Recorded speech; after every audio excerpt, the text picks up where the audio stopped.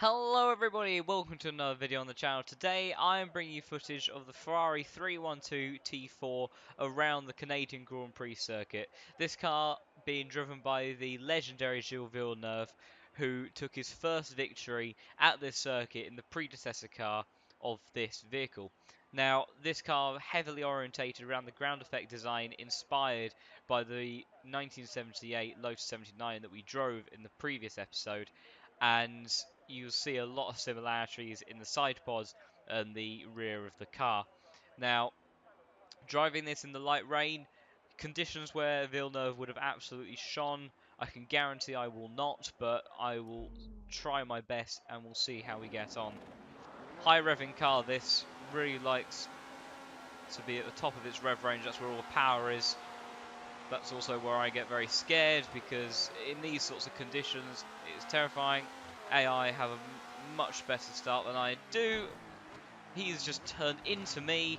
I feel like I should be forgiven for that contact because I just got annihilated by the AI car beside me. There's no reason to do that, but nothing that I haven't seen them do before. Everyone's going to slow up in here. I'm just going to follow them through. So blind in these conditions. If it was heavy rain, I'm not sure it would be even possible to see more than 20 meters or so ahead, and hence why I have so much respect for the drivers that were anywhere from the 70s and the 60s all the way up to maybe the late 80s, because the cars they were driving in comparison to today's were just so almost primitive with the way they were designed, and in these sorts of conditions you absolutely had to be so confident in the cars to be quicker than them and really drive them on the edge. Let's try and get through hairpin, attempt to get some sort of traction out of there. Not bad. By the time we get up to fourth, I think we actually managed to get on the power fully and we stop having wheel spin. So by some miracle, we are where we started, and we are essentially without incident by the end of the first lap. It's going to take it easy through there for the first time while we're still trying to get an idea of how much grip there is. So difficult to get power on this car. You'd think with a car where the... Oh god. Going silent now, trying to concentrate on not crashing right into the back of the Ferrari in front of me. Yeah, this flat 12 you would think would maybe deliver its power a bit smoother than some of the other engines that were on the grid at this time, but I can tell you that it doesn't feel like it in these conditions. It really doesn't. It feels like it just wants to throw you out as much as anything. And the turbos in the cars of these days were just so savage. Nelson Piquet, I remember talking about his Brabham, the rocket ship style car, as it was nicknamed, and he would be on the power about almost a second before he actually wanted it, and then have to try and come off the throttle on the exit of the corner to compensate for the 1200 horsepower he was about to get through the rear wheels. It's absolutely insane, and hence why I have so much respect for these guys that drove these cars.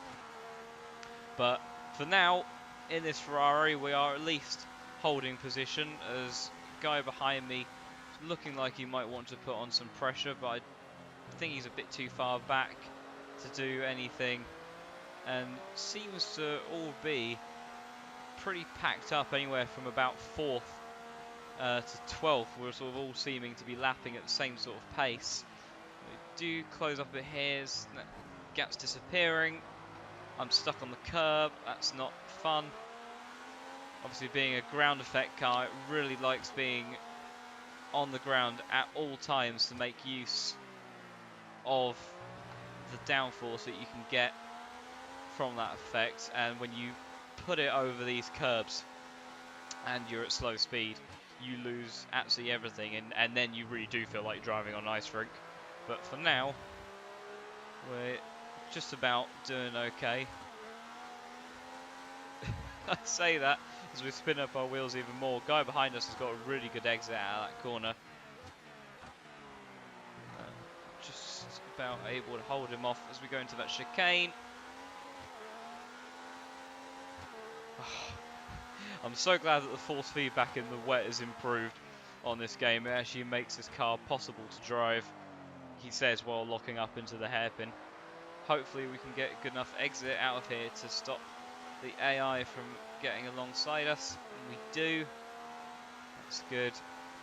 But I do believe that I'm running slightly more downforce than what the AI is, so he might try and challenge us into this chicane, but I think, yeah, we are going to be okay.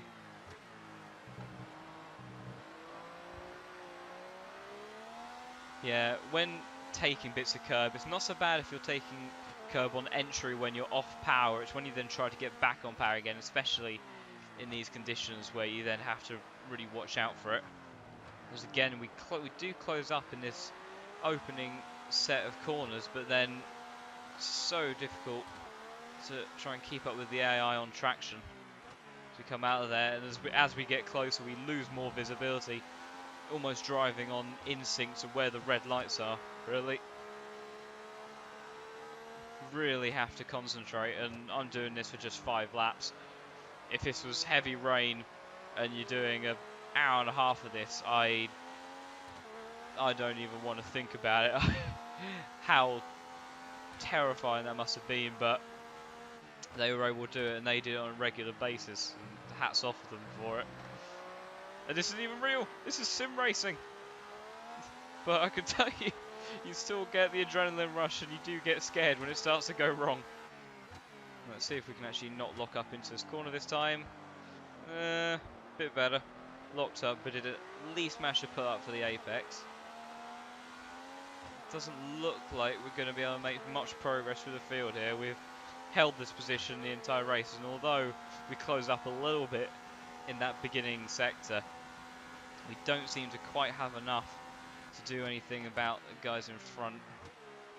Braked a bit too early for that chicane there, and then clipped a little bit too much of that curb. Almost the car sometimes feels unpredictable in these sort of conditions, where you think you're doing the same thing each time, and then it will seem to do something different. I know that's just my driving, but it's so difficult to get to grips with, literally, as we're spinning up the tyres coming out of turn 2 and through the chicane for the final time. And see, it's another bit. Usually this would be so easy flat in a modern F1 car. Even if this was dry, I don't think you could actually go through there flat. You'd be close, maybe sort of 80% throttle zone, but you definitely would need to lift. There just isn't the grip in either the tyres or the downforce produced by this car. Held a tight line there to try and defend from the guy behind, and completely missed that second apex. Because the AI just gets amazing traction out of there. We had a terrible exit as well. Let's see if we can at least get a good exit. Oh no! Not on the last lap. Okay, we've got a good exit, but we are on the outside of this very aggressive AI, which is already banging wheels with me, as we head towards the final chicane, final time. We're going to be hold this position. I don't know, they do break very late here. It's going to be close. We're running side by side. Oh, get on the power. Don't spin up, don't spin up. Okay. Whew. Well, we do at least hold on to 11th place. Wow. Well, that is an experience. Yeah, this car, amazing to drive in this game. Really fun and an amazing challenge as well. But yeah, wow. For the drivers that would do this weekend after weekend in conditions like that, unbelievable. But that is going to be it for this video. This has been a look at the Ferrari that Gilles Villeneuve drove in the 1979 season. Fantastic car with a lot of history behind it. both in terms of That's it for itself today's and Grand Prix. the Until driver lineup. tonight, it's goodbye. So thank you so See much you for again watching. next Please time. subscribe if you want to see more videos like this. And until next time, goodbye.